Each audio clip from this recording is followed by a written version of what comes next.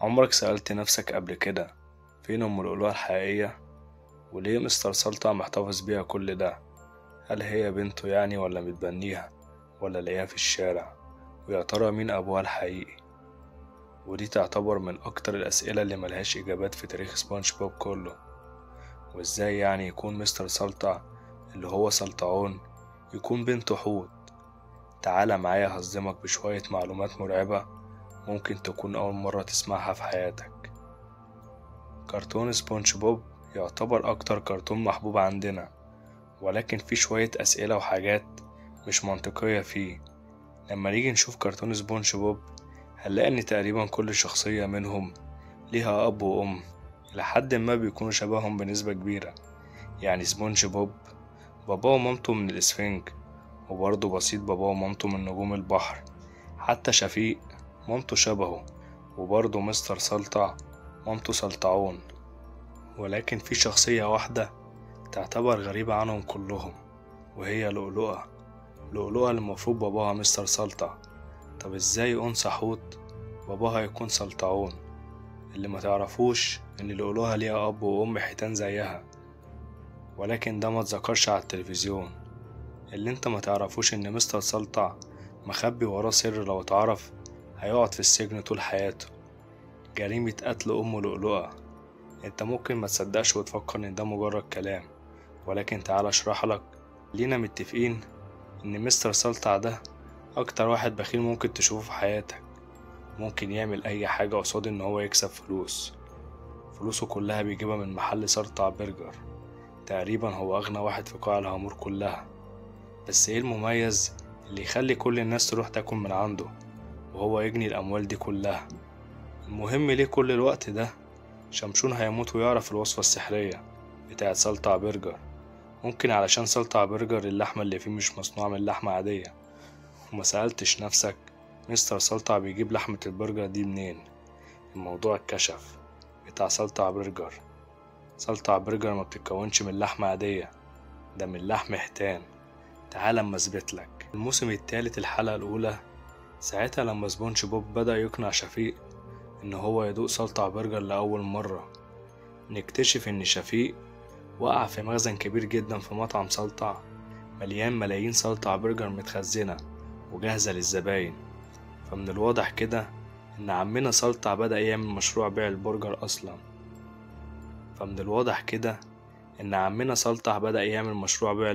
أصلا. في البداية وهو مخبي الجثة بتاعت أم لؤلؤة. فاكتشف إن الموضوع ده مربح بالنسبة له، إن هو يعمل برجر. فعمل من اللحمة بتاعتها برجر بالكميات الكبيرة دي. ولكن مفيش حاجة بتفضل للنهاية، وهيجي يوم واللحمة اللي مخزنها مستر سلطع أو البرجر ده كله هيخلص. فتخيل معايا مين اللي هيبقى عليه الدور بعد ما اللحمة دي تخلص من عنده والمخزون ده كله يتباع.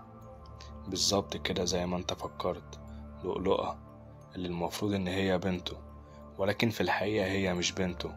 كلنا عارفين ان سلطع بيحب لؤلؤة جدا وبيهتم بيها، وعنده استعداد يدفع فلوس كتير علشان يساعدها.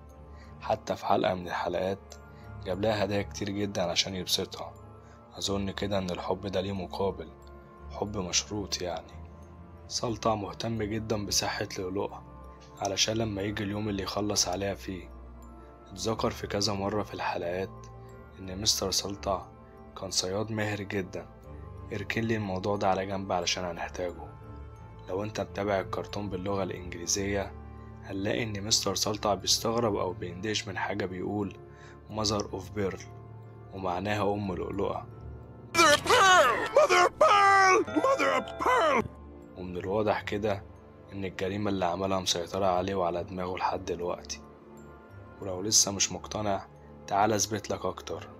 لو جيت تبص للبيت بتاع مستر سلطع هتلاقي إن في حاجات كتيرة متعلقة على الحيطان، ومن ضمنهم صور كتير للحيتان. ولو بصيت كويس هتلاقي إن في برواز لصورة معينة فيها حوت بيضرب سفينة وبيدمرها. والنظرية بتقول إن الحوت اللي في الصورة ده يبقى أم لؤلؤة، وإنها في يوم من الأيام اتقتلت عن طريق صياد كان بيصطاد في البحر. ومين بقى كان بيحب الصيد زي عينيه؟ زي ما قلتلك مستر سلطع.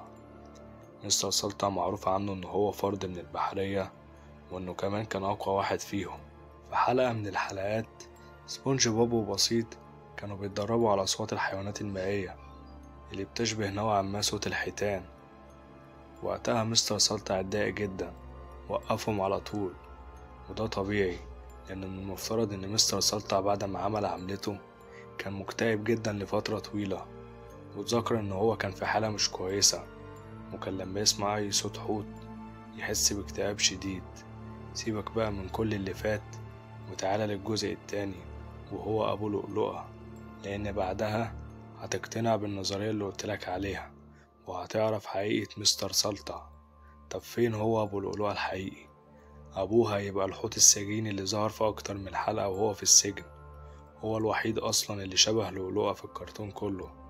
ظهر في الحلقة بتاعة الهروب لما كان شمشون في السجن وحاول يساعده إن هو يخرج منه. شمشون كان عايز يطلع بأي طريقة علشان يسرق الوصفة السرية من سلطع، وكان في واحد من السجناء بيساعده بكل طاقة وعايز يخرجه بأي طريقة، وهو الحوت المسجون.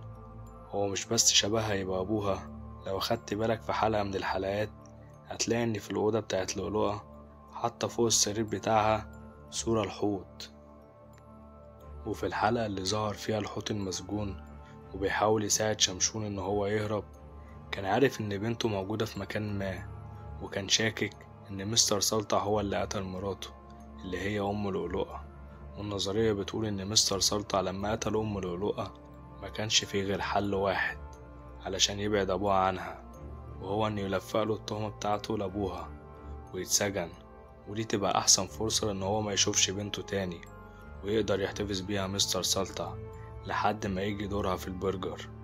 وزي ما احنا عارفين إن مستر سلطع ذكي جدا وخبيث ودايما مخطط لكل حاجة. وبس يا سيدي، دي تكون النظرية اللي بتقول إن مستر سلطع هو اللي قتل أم لؤلؤة وإن هي كمان عليها الدور.